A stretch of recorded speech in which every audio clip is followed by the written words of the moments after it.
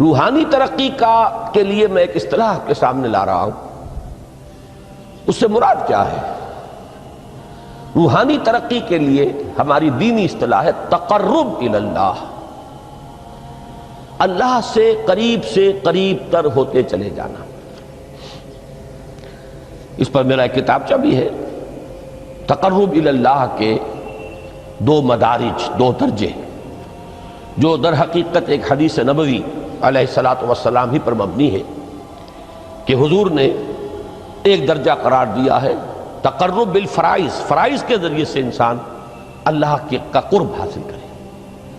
ایک ہے تقرب بالنوافل، نوافل کے ذریعے سے اللہ کا قرب حاصل کرے۔ ان میں کیا نسبت و تناسب ہے، اہمیت کے اعتبار سے کون بڑھ کر ہے، بلندی کے اعتبار سے کون بڑھ کر ہے، یہ تمام مسائل میں نے اپنی اس تقریر میں بیان کیے تھے جو اس کتابچے میں شائع ہوئی ہے۔ اس وقت میں اس کی تفصیل میں نہیں جا رہا، صرف یہ تذکرہ اس لیے کر رہا ہوں کہ جن کو بھی خواہش ہو جائے وہ اس کا مطالعہ کرے۔ ہماری اس وقت کی گفتگو سے وہ کتابچہ اس جگہ پر منسلک ہوگا۔ تو تقرب الی اللہ، یہ تقرب کوئی فزیکل فینومینن نہیں ہے، جسمانی یا مادی مسئلہ نہیں ہے۔ اللہ سے قرب یہ نہیں ہے کہ کوئی کروڑوں میل کا فاصلہ ہے، اب ہمیں کوئی رسی پر چڑھنا ہے اوپر بڑی محنت اور مشقت سے۔ فصل تو ہے ہی نہیں، فاصلہ ہے ہی نہیں، بعد ہے ہی نہیں۔ نحن اقرب الیہ من حبل الورید، ہم تو انسان سے اس کی شہرگ سے بھی زیادہ قریب ہیں۔ ہوا معکم اینما کنتم، وہ تو تمہارے ساتھ ہی ہوتا ہے جہاں کہیں بھی تم ہو، بس صرف یہ کہ تمہاری توجہ نہیں ہوتی، تم اور چیزوں میں مشغول و مصروف رہتے ہو، تم ہماری طرف دھیان ہی نہیں دیتے، تم ہماری طرف متوجہ ہی نہیں ہوتے۔ ہم تو مائل بے کرم ہے، کوئی سائل ہی نہیں، راہ دکھلائیں کسے رہنو منزل ہی نہیں۔ انسان جب متوجہ ہو جاتا ہے اور بڑھتا ہے، آگے پیش قدمی کرتا ہے روحانی اعتبار سے، تو یہ ہے در حقیقت تقرب الی اللہ، اور اسی کو ہم کہیں گے روحانی ترقی۔ اب ان تین چیزوں کو اگر آپ نے ذہن میں جما لیا، پھر میری بات کی ترتیب اس کو ذہن میں قائم کیجئے۔ ہم چلے کہاں سے کہ دین کے ساتھ اصل مناسبت فلسفے کی نہیں، حکمت کی۔ نمبر 2، حکمت قرآنی کا پہلا اور اہم ترین اور بنیادی مسئلہ معرفت رب کا حصول ہے۔ اس کا نتیجہ شکر خدا بندی ہے، اس کا ذریعہ آیات آفاقی، آیات انفسی، اور سب سے بڑھ کر آیات قرآنیہ ہیں جو الذکر ہے، جو تذکرہ ہے، جو ذکرہ ہے۔ لیکن اس پہلے مرحلے کو اگر کوئی انسان بفضل ہی تعالی، اللہ کے فضل و کرم سے طے کر لے، اب اس کے سامنے تین مسئلے، فکر کی مزید پیش رفت، مزید پیش قدمی صحیح رخ پر، اس کے لیے ذکر اور فکر دونوں کا امتزاج لازمی ہے۔ فقر قرآن اختلاط ذکر و فکر۔ الذین یذکرون اللہ قیاما وقعودا وعلی جنوبہم ویتفکرون فی خلق السماوات والارض۔ دوسری شے عمل کا درست رہنا، نہ افراط و تفریط ہو، عدم توازن ہو، نہ انسان نفس سے مغلوب ہو جائے، نہ انسان جذبات کی رو میں اندھا ہو جائے، نہ انسان ماحول سے مرعوب ہو کر متاثر ہو جائے، صحیح رخ پر اس کا عمل۔ نمبر 3، روحانی ترقی، جو اصل حاصل ہے، جو اصل مقصود ہے۔ نمبر 2 چیز کے لیے تعلق مع اللہ ضروری، نمبر 3 کے لیے تقرب الی اللہ ضروری۔ اب غور کیجئے، ان تینوں چیزوں کا بڑا گہرا تعلق ہے نماز کے ساتھ۔ ان تینوں کے لیے ستون کی حیثیت نماز کو ہے۔ لہذا ایمان کے بعد یا معرفت رب کے بعد حکمت دین کا اہم ترین مسئلہ نماز، صلاۃ۔ اس لیے کہ ایک طرف یہ انسان کو اللہ کے ساتھ ایک گہرے تعلق کا ذریعہ فراہم کرتی ہے، اپنے تمام مصروفیات میں سے، ان مشغولیتوں میں جن میں گم ہونے کا خدشہ ہوتا ہے، نکلو۔ 24 گھنٹے کے معمولات میں سے کم 5 مرتبہ تو لازماً نکلو، اور اپنے آپ کو ذرا، اپنے حواس کو بھی، اپنی باطنی کیفیات کو بھی ذرا تازہ کرو۔ اگر کوئی گندگی، نجاست، کسی طرح کی ناپاکی کا کوئی معاملہ ہے، طہارت حاصل کرو۔ طہارت سے تمہارے اندر روح کو بھی بالیدگی ہوگی، تمہارے حواس بھی تازہ ہوں گے، تم گویا کہ بحیثیت کل تمہاری ہستی چاق و چوبند ہو جائے گی۔ وہ کسل، وہ سستیاں، وہ جو ایک کثافتیں ہوتی ہیں، ان سب سے نجات حاصل کرو، اور اب اپنے رب کے حضور میں کھڑے ہو جاؤ، اس کے ساتھ اپنا عہد بھی تازہ کرو، اس کی اہم صفات کو بھی اپنے ذہن میں پھر مستحضر کرو۔ یہی وجہ ہے، دیکھیے میں نے جو آیات آپ کو شروع میں سنائی تھی، سورہ لقمان کی 2 آیتیں، پہلی آیت میں اس کا ترجمہ کر چکا، دوسری آیت وَلَقَدْ وَإِذْ قَالَ لُقْمَانُ لِابْنِهِ وَهُوَ يَعِظُهُ يَا بُنَيَّ لَا تُشْرِكْ بِاللَّهِ إِنَّ الشِّرْكَ لَظُلْمٌ عَظِيمٌ۔ اس کے بعد درمیان میں کچھ مضمون آ کر پھر وہ آیہ مبارکہ آئی، یا بنی اقیم الصلاۃ وامر بالمعروف وانہی عن المنکر واصبر علی ما اصابک۔ گویا کہ اہم ترین چیز، بنیادی ترین چیز، اللہ کو محض پہچان لینا کافی نہیں ہے، یاد رکھنا ضروری ہے۔ اللہ یاد رہے گا تو فکر صحیح آگے بڑھے گا، اللہ یاد رہے گا اور اس کے ساتھ ایک گہرا تعلق جو ہے برقرار رہے گا تو عمل درست رہے گا۔ بالکل یہی بات سورہ طٰہٰ میں جو پہلی وحی حضرت موسیٰ علیہ السلام پر ہوئی، اور پہلا مخاطبہ ہے، چونکہ حضرت موسیٰ کو یہ انبیاء کرام کے مقدس گروہ میں ایک امتیازی حیثیت حاصل ہے کہ ان سے براہ راست گفتگو ہوئی ہے، اگرچہ صرف ایک پردہ تھا، اوٹ من ورائے حجاب گفتگو ہوئی ہے، لیکن یہ کہ کوئی فرشتے کا درمیانی جو ہے وہ لنک نہیں تھا، براہ راست اللہ تعالیٰ نے حضرت موسیٰ علیہ السلام سے کلام فرمایا۔ کلم اللہ موسیٰ تکلیما، موسیٰ سے تو اللہ نے کلام فرمایا جیسے کہ کلام کیا جاتا ہے۔ تو پہلا مخاطبہ ہے، یہ پہلا مکالمہ ہے، پہلی وحی کہیے، اسی میں یہ الفاظ بھی موجود ہیں، اننی انا اللہ لا الہ الا انا فاعبدنی واقم الصلاۃ لذکری۔ یہ گویا کہ حکمت قرآنی کا ایک بہت بڑا خزانہ ہے یہ آیت مبارکہ، کہ خود حضرت موسیٰ علیہ السلام کو جو ہدایت دی جا رہی ہے، میں ہوں، میں اللہ، اننی انا اللہ لا الہ الا انا، میرے سوا کوئی معبود نہیں، فاعبدنی، بس میری بندگی، میری عبادت، میری پرستش، میری محبت، اس کو اختیار کرو۔ وَأَقِمِ الصَّلَاةَ لِذِكْرِي، اور نماز کو قائم رکھو میری یاد کے لیے۔ بلکہ اسی سلسلہ کلام میں آگے چل کر سورہ طٰہٰ میں آتا ہے، کافی گفت و شنید کے بعد جب حضرت موسیٰ نے کچھ معذرت بھی کی، کچھ دعائیں بھی کی، اللہ نے ایک دعا قبول بھی کی کہ ان کے بھائی کو بھی شریک کر دیا، حضرت ہارون کو بھی۔ اس کے بعد پھر جب فرمایا کہ اب جاؤ فرعون کی طرف، تو اس میں فرمایا وَلَا تَنِيَا فِي ذِكْرِي، اور دیکھنا یہ جو عظیم مشن تمہارے کندھے پر آ گیا ہے، بڑا بھاری اور کٹھن ایک فرض ہے جو تم پر عائد ہو گیا ہے، اس کے لیے سب سے بڑی تمہارے پاس جو قوت کا ذریعہ ہے وہ نماز ہے۔ اقیم فلا تنیا عن ذکری، میری یاد میں کبھی غفلت نہ کرنا، اس میں کبھی کوئی کمی نہ آنے دینا۔ جیسا کہ میں نے عرض کیا تھا کہ جیسے ہی وہ تعلق جو ہے کمزور پڑتا ہے یا منقطع ہو جائے معاذ اللہ، تو پھر انسان گویا کہ شیطان کے لیے ایک لقمہ تر بن جاتا ہے۔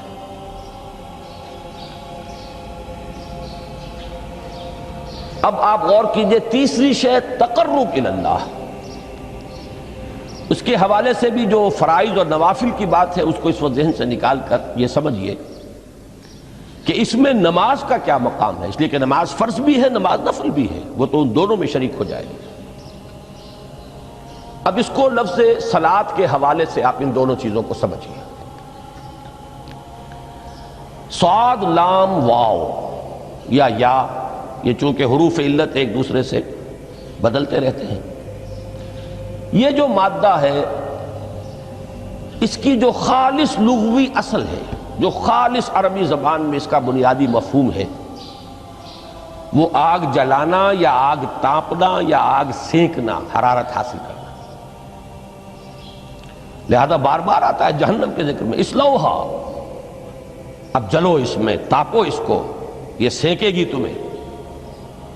بلکہ تفتلون کا لفظ آیا ہے حضرت موسیٰ کے کلام میں، جب وہ گئے تھے کوہ طور پر، جب پہنچ گئے تو تھے آگ تک کی تلاش میں، لعلکم تستلون، تو اپنے اہل خانہ سے یہی کہا تھا کہ مجھے کہیں وہ روشنی نظر آ رہی ہے، غالباً کوئی وہاں سے آگ مل سکے گی، ورنہ یہ کہ کوئی رہنمائی کو رستہ مجھے مل سکے گا، میں وہ آگ لے آؤں گا، کوئی چنگاری وہاں سے لے آؤں، لعلکم تستلون، تاکہ تم، اب یہ اصطلاح در حقیقت باب افتعال ہے، اور یہ تے یہاں پر توئے کی شکل اختیار کر گئی، تا نے تو بنی کی صورت اختیار کی صاد کی وجہ سے۔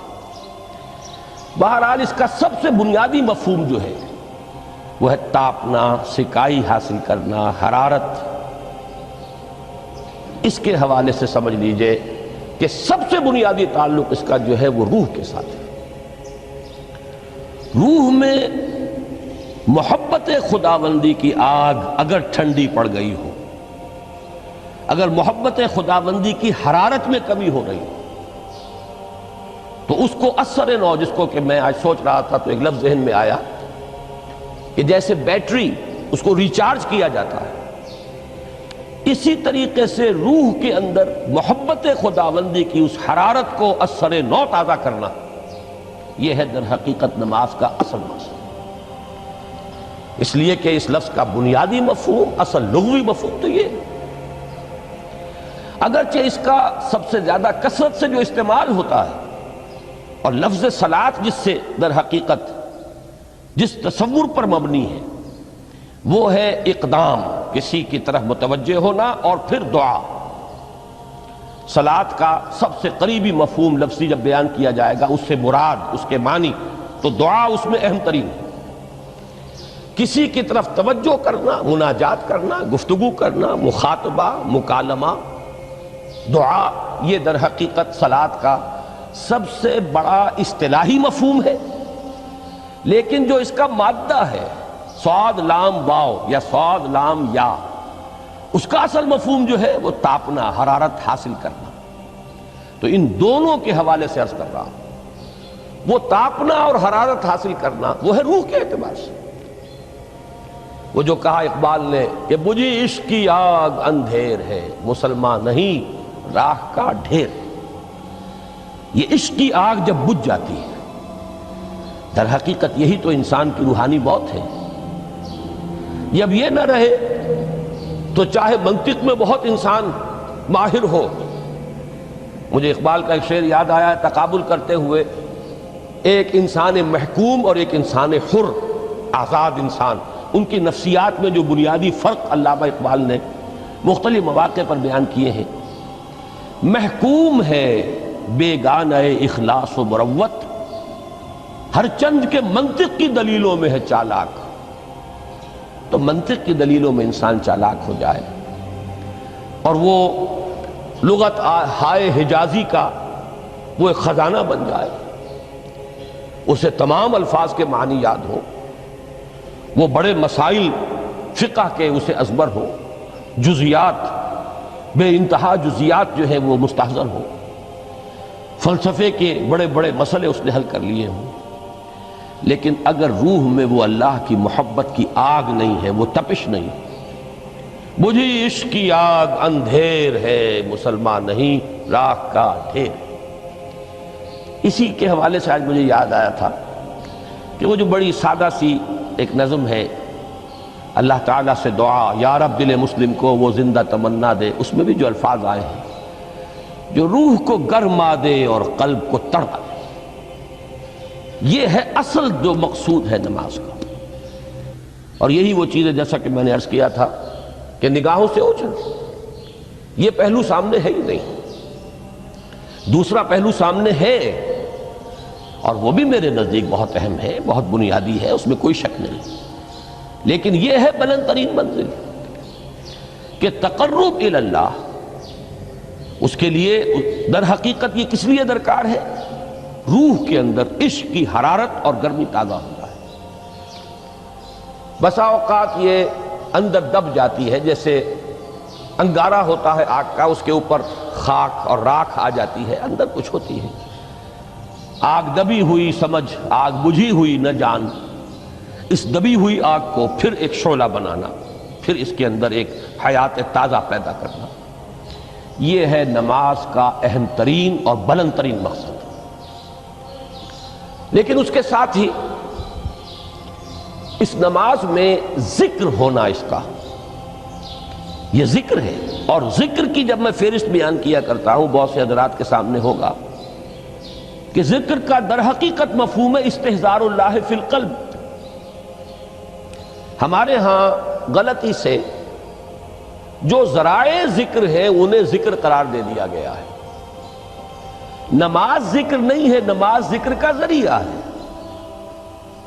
اقیم الصلاۃ لذکری، نماز قائم کرو میرے ذکر کے لیے. یہ اللہ اللہ کہنا یا ادعیہ معصورہ جو حضور صلی اللہ علیہ وسلم کی مسنون دعائیں ہیں، انہیں اپنے تمام معمولات دنیاوی کے ساتھ ساتھ ان دعاؤں کو بھی انسان پڑھتا رہے، اللہ سے دعا کرتا رہے، یہ تمام ذرائع ذکر ہیں. سبحان اللہ الحمدللہ الحمدللہ، اس کا آپ ورد کیجئے، یہ بھی ذریعہ ذکر ہے. حقیقت میں ذکر ہے استحضار اللہ فی القلب، اللہ کو دل میں لے آنا، اللہ کو دل میں حاضر کر لینا. اصل میں تو ترجمہ ہوگا، لیکن حاضر جاننا، یہ کیفیت جو ہے انسان کو حاصل ہو جائے. اب اس کے حوالے سے ذرا بات سمجھیے کہ ایک تو میں عرض کر چکا ہوں مجسم ذکر تو قرآن ہے، لہذا ذکر کی فہرست جب آپ کریں گے ذرائع ذکر تو ان میں سب سے پہلے قرآن آئے گا، اس لیے کہ وہ ہماری حکمت کے پہلے مسئلے کو حل کر رہا ہے، بنیادی مسئلہ، اہم ترین مسئلہ. دوسرے نمبر پر ذکر جو ہے، اب اس کے لیے کچھ اصطلاحات جو میرے مختلف دروس میں شاید آپ کے سامنے بعد میں آئیں یا پہلی آ چکی ہوں، ان کے حوالے سے میری بات سمجھیے. ایک ذکر غیابی ہے، تھرڈ پرسن میں، صیغہ غائب میں اللہ کی یاد کرنا. اللہ اکبر اللہ اکبر اللہ اکبر. ابھی اللہ اکبر جو ہے یہ جملہ اسمیہ خبریہ ہے، ایک حقیقت کی تکرار آپ کر رہے ہیں، اللہ سب سے بڑا ہے، اللہ سب سے بڑا ہے. سبحان اللہ سبحان اللہ سبحان اللہ، یہ در حقیقت ذکر غیابی ہے کہ آپ اس میں مخاطب نہیں ہیں اللہ سے. ایک ذکر خطابی کہیں یا ذکر حضوری کہیں، جس میں مکالمہ ہوتا ہے، جس میں گفتگو ہوتی ہے. تو نماز در حقیقت ذکر حضوری اور ذکر خطابی کی بلند ترین شکل ہے. اس لیے میں نے عرض کیا تھا کہ نماز کے لفظ یا صلاۃ کے لفظ یہ اصطلاحی معنی جو اکثر و بیشتر کیے جاتے ہیں وہ ہے دعا. اور دعا میں ہوتا کیا ہے؟ مکالمہ ہے، مخاطب، اے اللہ، اے میرے رب، اے پروردگار. پھر یہ کہ اس میں اقدام اور کسی کی طرف متوجہ ہونا. یہی وجہ ہے کہ افتتاح صلاۃ، نماز کو شروع کرنے کے لیے، ایک تو وہ الفاظ جو قرآن مجید میں آئے ہیں، انی وجہت وجہی للذی فطر السماوات والارض حنیفا وما انا من المشرکین. یہ ہے توجہ کا ارتکاز، بشرطے کہ یہ صرف الفاظ ہی نہ نکل رہے ہوں، واقعتاً یہ تعبیر ہو اس وقت کی انسان کی نفسیاتی کیفیت کی، کہ شعوری طور پر وہ فیصلہ کرتا ہے کہ اب میں منقطع ہو رہا ہوں، ہر چہار طرف سے اپنی توجہ کو ہٹا کر، ہر مسئلے سے اپنے آپ کو خالی و ذہن کر کے، یعنی ظاہری اور باطنی دونوں اعتبار سے میں اپنی توجہ کا ارتکاز کر رہا ہوں اس ذات کی طرف جس نے آسمانوں اور زمین کو پیدا کیا اور بالکل یکسو ہو کر رہا ہوں۔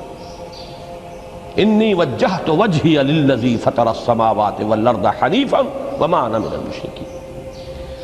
اور دوسری وہ جو دعا جس سے ہم افتتاح کرتے ہیں اپنی نماز کا، دیکھیں اس میں خطاب کا کس قدر اہتمام ہے۔